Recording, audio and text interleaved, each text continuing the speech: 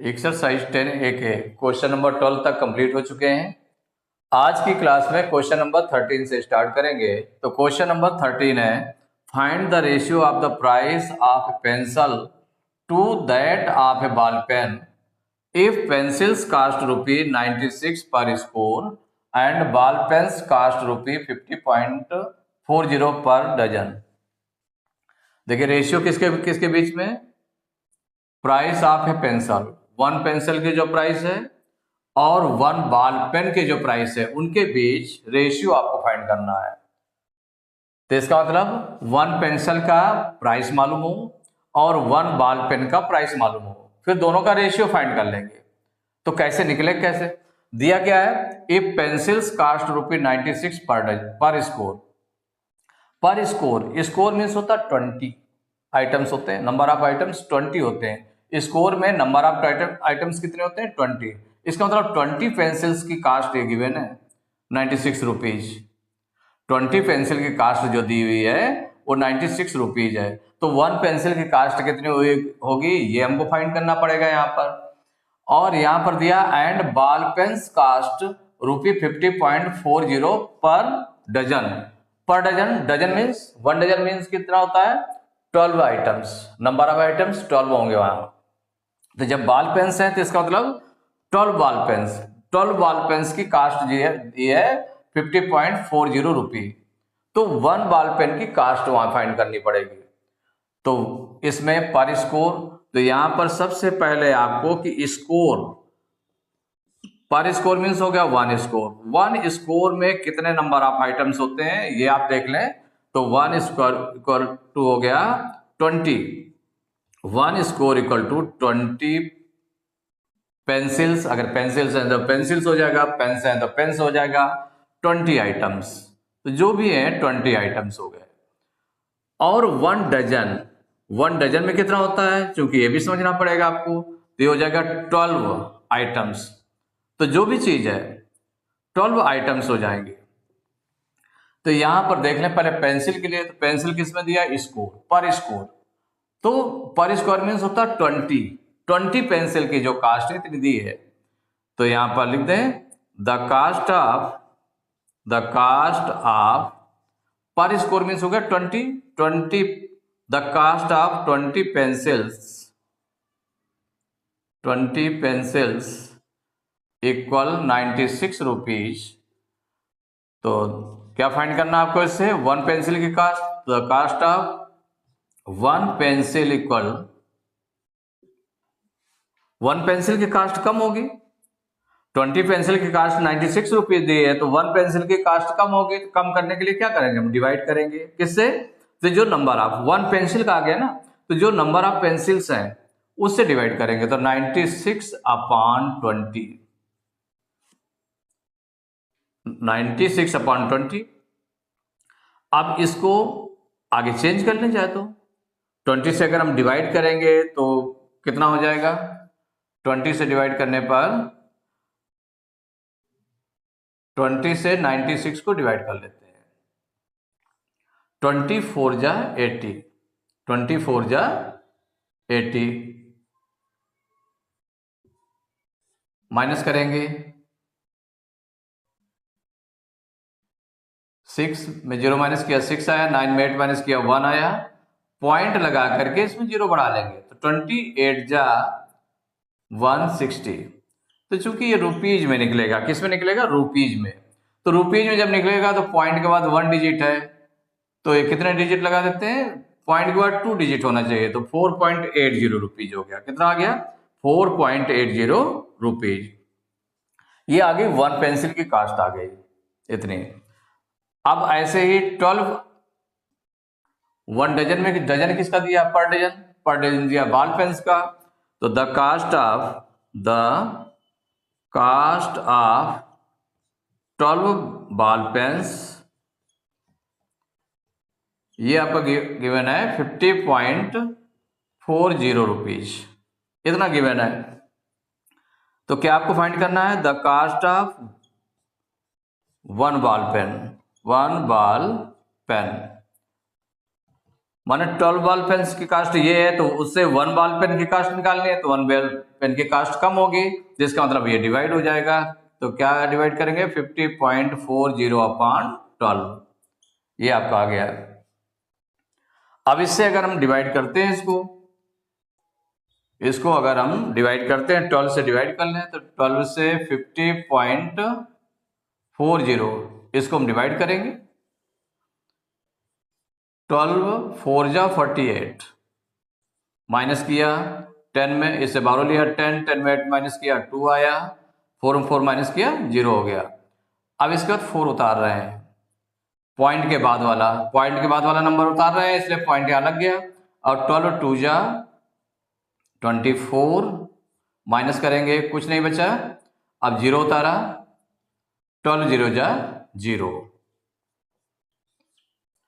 तो इसका मतलब आ गया, ये आपका आ गया 4.20 रुपीज, ये निकल आया। ये क्या निकला, the cost of 1 ball pen, और cost of 1 pencil equal to कितना आ गया, 4.80 रुपीज आ गया। अब इसके बाद रेशियो आपको फाइंड करना है, द रेशियो ऑफ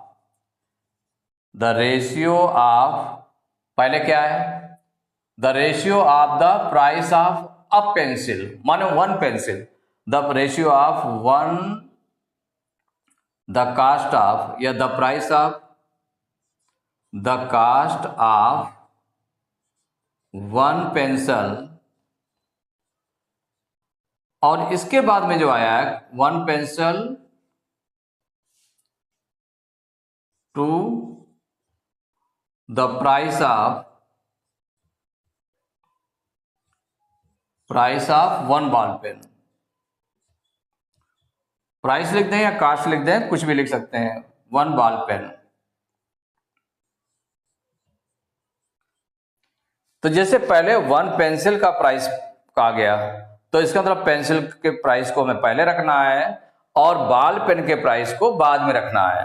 तो इसका रेशियो क्या हो जाएगा, तो रेशियो के लिए क्या होता है कि जो रेशियो होता है, सपोज करिए कि 2:3 लिखा है, इट मीन्स क्या हो गया, इसको अगर हम देखें तो ये डिवाइड का साइन होता है, रेशियो वाला 2 पॉइंट होते हैं, तो एक तरह से डिवाइड का साइन होता है, इसको हम ऐसे भी लिख सकते हैं 2/3, तो इसको फ्रैक्शन के रूप में लिख लें। तो जो पहले 1 पेंसिल की कास्ट जो निकली है, कितनी निकली है, 4.80 निकली है, अपान के रूप में लिखते हैं, फिर सिंप्लीफाई करके फिर रेशियो के रूप में लिख देंगे। 1 बॉल पेन की कितनी निकली है, 4.20। अब देखिए इसको सॉल्व करेंगे, तो पॉइंट के बाद 2 डिजिट न्यूमरेटर में भी है, पॉइंट के बाद 2 डिजिट डिनोमिनेटर में भी है, तो इसका मतलब पॉइंट क्या होगा, हट जाएगा, पॉइंट हट जाएगा, तो इसको हटा दें, तो ये आपका निकल आएगा क्या, 480/420। माना दोनों में पॉइंट, पहले पॉइंट अगर हम हटाएंगे तो देखिए पॉइंट में न्यूमरेटर में भी पॉइंट के बाद 2 डिजिट है, और पॉइंट के बाद 2 डिजिट डिनोमिनेटर में भी है, तो जब इक्वल नंबर ऑफ डिजिट्स हैं न्यूमरेटर और डिनोमिनेटर में, तो पॉइंट हट जाएगा, तो हटा करके आपने लिख दिया। अब इसके बाद सिंप्लीफाई करें तो देखो 0 से 0 कैंसिल हो जाएगा। अब ये किस टेबल से जाएगा, तो अगर हम देखें तो 6 की टेबल से दोनों चले जाएंगे, 6 टेबल में 48 भी आता है, 6 टेबल में 42 भी आता है, तो 6 8 जा 48 और 6 7 जा 42, तो कितना आ गया आपका, 8/7 आया। क्या निकला, 8/7। ये 8/7 को ही क्या बोलेंगे, इसको रेशियो के रूप में लिख दें तो इक्वल हो गया 8:7।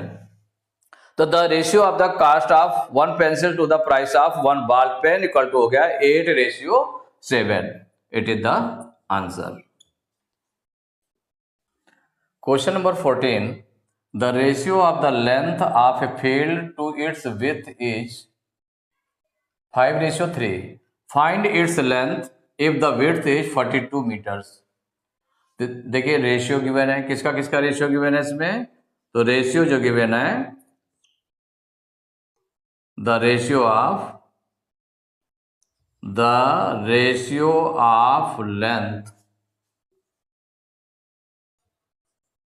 लेंथ एंड ब्रेथ या विड्थ, इक्वल दिया है 5:3। एक चीज ये गिवन है, और इसमें विड्थ गिवन है, विड्थ इक्वल 42 मीटर्स, ये गिवन है। देखिए विड्थ देखिए मीटर में गिवन है ये, और रेशियो के फॉर्म में 5:3। 5 लेंथ हो गई, लेंथ का रेशियो हो गया, और 3 हो गया विड्थ का रेशियो हो गया। और विड्थ गिवन है तो लेंथ आपको फाइंड करना है कि लेंथ कितने सेंटीमीटर कितने मीटर होगी।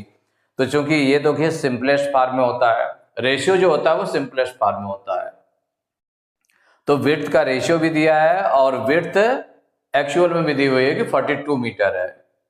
42 मीटर एक्चुअल में दी हुई है और इसका रेशियो भी 3 दिया हुआ है। तो हम क्या करते हैं, जो रेशियो है, रेशियो को अगर हम लेट कर लें, किसी कॉमन फैक्टर से हम मल्टीप्लाई कर लें, मींस किसी वेरिएबल से मल्टीप्लाई कर लें, सेम वेरिएबल से, तो let the length be 5x metre and breadth be 3x metres. देखिए ये लेट कर लिया आपने। लेट द लेंथ, जो आपका रेशियो गिवन था, रेशियो में लेंथ देखिए पहले बोला गया है लेंथ का रेशियो 5 है और विड्थ का रेशियो 3 है। तो जो आपने लेट किया है तो पहले आप लेट द लेंथ भी 5x, x से मल्टीप्लाई किया गया 5x मीटर्स हो गया, एंड ब्रेथ भी 3x मीटर, ये आपने लेट कर लिया। नाउ अकॉर्डिंग टू क्वेश्चन, जो क्वेश्चन के अकॉर्डिंग क्या गिवन है, इसमें विड्थ गिवन है 42 मीटर। इसका मतलब जो विड्थ, तो यहां पर जो ब्रेथ हम यहां पर लिख रहे हैं ब्रेथ, वही आपकी विड्थ है। विड्थ मीन्स होता है ब्रेथ, तो यहां पर विड्थ का यूज कर सकते हैं या ब्रेथ का भी यूज कर सकते हैं। तो विड्थ भी कितना है, 3x मीटर्स है। तो जो विड्थ है 3x मीटर लेट किया है और विड्थ आपकी गिवन है 42 मीटर, तो दोनों इक्वल हो जाएंगे। तो क्या हो जाएगा, 3x इक्वल टू 42 मीटर, इसके इक्वल हो गया। तो अब हमें x की वैल्यू निकालनी है, तो x इक्वल टू 3 मल्टीप्लाई में है, उधर डिवाइड में चला जाएगा तो 42/3 हो जाएगा। 3 से डिवाइड कर लें, 3 1 जा 3 कट करेंगे, और 3 1 जा 3, 4 में 3 माइनस करेंगे 1 आएगा, 2 उतारेंगे 12 हो जाएगा, 3 4 जा 12। तो x इक्वल टू कितना आ गया, 14 हो गया। x की वैल्यू आपकी 14 आ गई। अब आपको निकालना क्या है, उसमें कहा गया find its length, length find करना है। तो लेंथ कितनी हो जाएगी, तो लेंथ आपने लेट किया है 5x, कितनी लेट किया है, 5x लेट किया है, 5x मीटर्स। तो इसमें वैल्यू रख देंगे तो इक्वल हो जाएगा 5 इंटू x की वैल्यू आ गई 14, इक्वल हो गया 14 5 जा 70 मीटर्स। तो ये आंसर हो गया।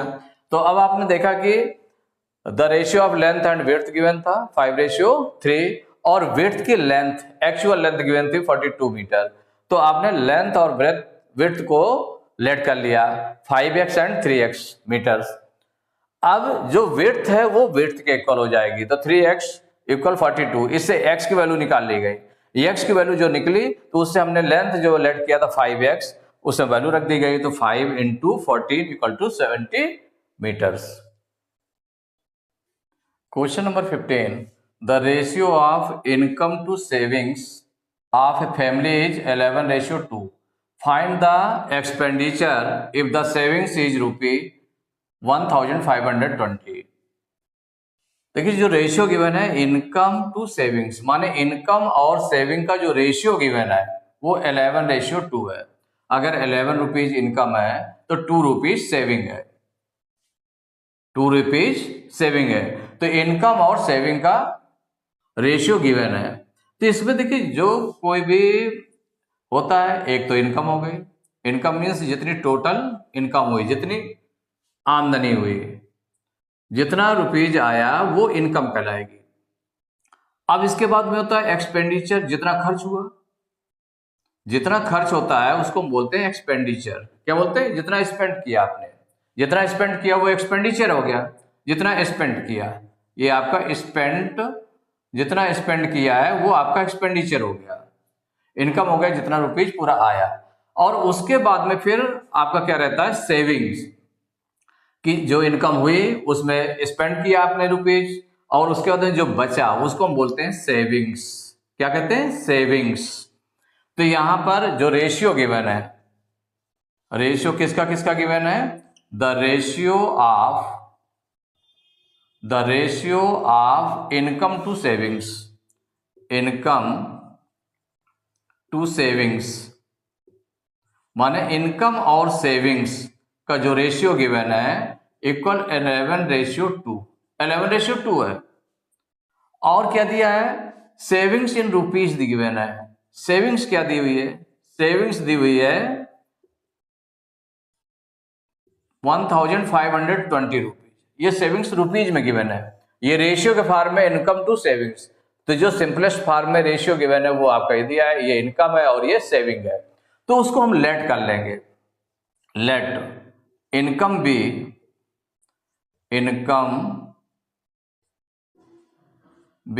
11x रुपीज एंड सेविंग्स, दूसरा रेशियो कौन सा है, सेविंग का है, तो सेविंग्स भी 2x रुपीज। माने जो कॉमन फैक्टर है या वेरिएबल है, किसी एक ही वेरिएबल से दोनों को मल्टीप्लाई कर दिया गया जो रेशियो गिवन है।